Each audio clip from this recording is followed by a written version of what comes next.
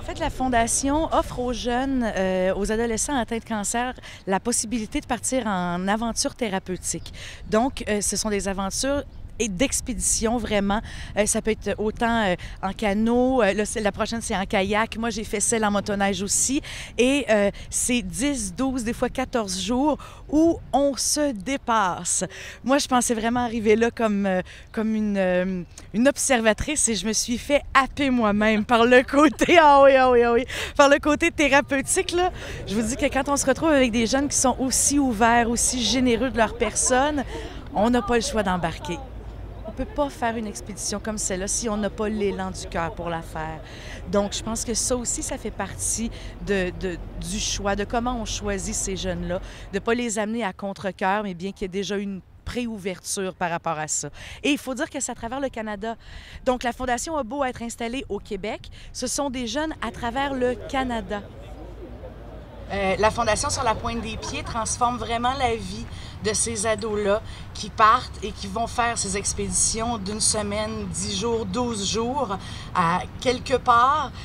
La raison pour laquelle ça les transforme, c'est que ces gens-là sont déjà affaiblis, ils ont déjà un certain manque de confiance par la maladie, ils sont entourés de ça, donc on les sort de leur milieu et on les amène vers de nouveaux défis. En 1996, il y a un médecin oncologue pédiatrique, le docteur Sylvain Baruchel, qui travaillait à l'époque à l'hôpital pour enfants de Montréal, qui passait une période difficile avec ses patients, avec ses jeunes patients, puis il se demandait qu'est-ce qu'il pouvait faire de plus pour aider ses patients. Au-delà des traitements médicaux, il voyait qu'il y avait un impact psychologique qui jouait contre le retour à la santé de ces patients. Il s'est dit, ah, mais mon Dieu, peut-être qu'on peut les amener à vivre une expérience en forêt ou quelque chose du genre. Par la suite, au début, on faisait une expédition par année. En 2000, on a obtenu un numéro d'œuvre de charité et puis c'est à ce moment-là qu'on a structuré la fondation. Et puis là, si on regarde en avant, maintenant en 2011, bien, on a fait 27 expéditions, on a amené au-dessus de 250 jeunes à vivre ces aventures extraordinaires. Et puis on a plein de projets en tête aussi pour l'avenir. Mais moi, une question que je me pose, c'est d'où vient le nom, la Fondation Sur la Pointe des Pieds? En fait, ça, c'est Bernard Voyer qui disait, petit, il disait ça dans ses conférences où, petit, il avait découvert qu'il voulait devenir explorateur parce qu'il voulait voir plus loin et il s'était rendu compte qu'en se montant sur la pointe des pieds, il était capable de voir plus loin. Quel est votre plus beau souvenir par rapport à ces jeunes-là de votre expédition, justement? Oh mon Dieu, je pense que c'est un moment où je me suis retrouvée assise dans une pièce avec à peu près tous les jeunes autour de moi et que là, j'avais plus assez d'yeux et assez d'oreilles pour les voir se communiquer entre eux tout ce qu'eux avaient vécu. Donc, c'était comme si, tout à coup, ils étaient capables de se reconnaître les uns et les autres. Et ça a été, à partir de ce moment-là, tout à coup, l'aventure est devenue beaucoup plus intime, beaucoup plus intense. Les partages étaient très, très profonds. Donc ça a été un moment pour moi, que j'en parle, je deviens émue encore. Ça a vraiment été un moment fabuleux d'avoir accès à tout ça.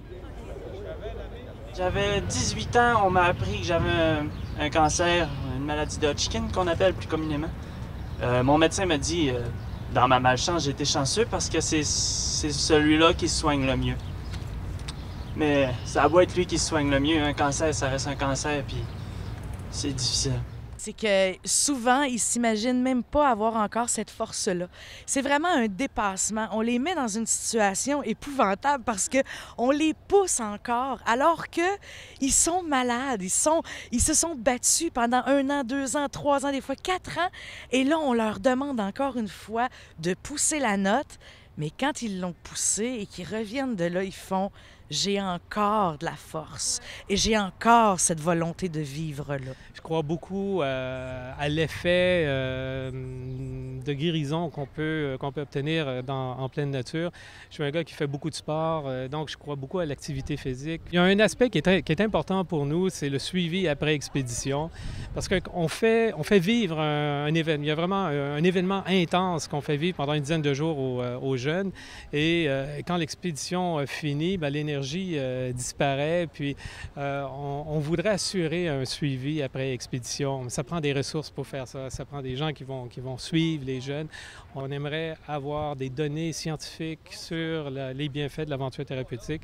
Et là, il y a un projet de recherche qui nous a été soumis par 2 professeurs de l'Université du Québec à Chicoutimi qu'on a approuvé, puis on va participer à un projet de recherche pour vraiment déterminer les effets bénéfiques là, de l'aventure thérapeutique. On aimerait être capable de faire 3 expéditions par année, donc en faire 2 durant l'été, mais tout ça, ça prend des ressources pour le faire. C'est dispendieux. Faire ce qu'on fait, c'est dispendieux parce qu'il y a beaucoup d'organisations, parce que quand on fait une expé, la sélection est une chose, on veut s'assurer que les jeunes ont la santé pour y aller, puis on ne veut pas les mettre à risque. On a une équipe médicale qui suit, on a des guides qui suivent l'expédition, il y a toute l'infrastructure, toute la sécurité est assurée, on a des plans d'évacuation, c'est très, très, très bien encadré.